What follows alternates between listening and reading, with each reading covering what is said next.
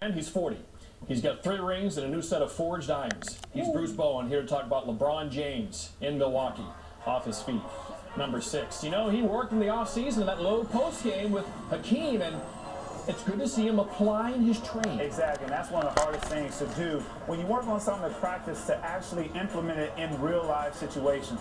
And this is something that has added to the special quality of player that LeBron James is now. In 07 in the finals, he would have had me for lunch if he would have been on the block. But he didn't. He didn't have that to his game because his vision was so well. So now he's starting to get better as far as utilizing more parts of the game.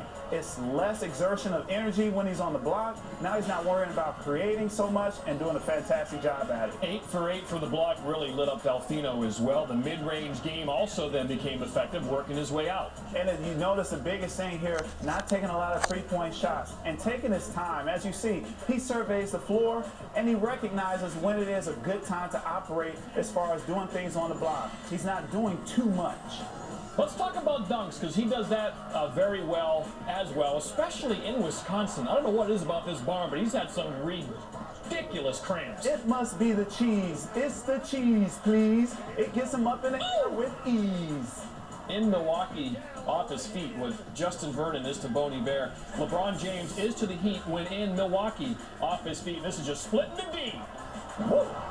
6'8", 260 coming at you like that. Who's going to take the charge? No one.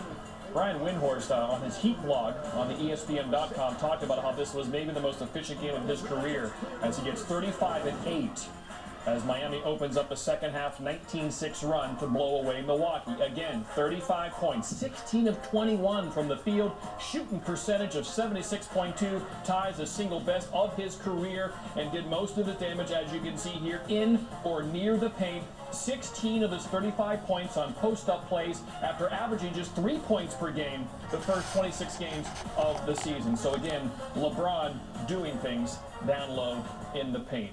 And it's one reason why I don't like the three-point line, because it affects guys like this. I know it's good for your career. You're an excellent three-point shooter. But for him, he's better off not playing with a three-point. You're absolutely right. But because of the young generation, they want to score in bunches. They want to do things unlike others. And that line sometimes is fool's gold. So what you do is get back to the basics. Coach Spoelstra, President Pat Riley says, hey, how can we better utilize LeBron's bigness on the block? And that's putting him on the block and making sure that he has the comfort and the availability to do things by himself down there. When you're doing things on the block quite like this, he's not exerting a lot of energy. And that's what you want most from this type of player, because he's not exerting a lot of energy. He's a lot fresher to finish at the rim as he's doing so much of these games now.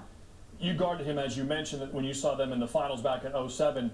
So is this the answer for the Heat to win, for him to win it? Is it the answer for him to get near the rim for his offense? It's a byproduct of the game. He has to take advantage of the mismatches that he might face. Sometimes he's guarded with smaller guys, i.e. myself. I gave up maybe 70 pounds to him. Yeah. And so, you know, when you see that, you say, why doesn't he go to the block? And so many people said that so much, but his best quality is his vision. Now he's starting to become a better player as far as utilizing more of his talents. So the Miami Heat understand that with him on the block, he can still be that great passer out of double teams as well. Right, absolutely. All right, the Heat at the Pacers tonight, 3rd game of their triple back-to-back.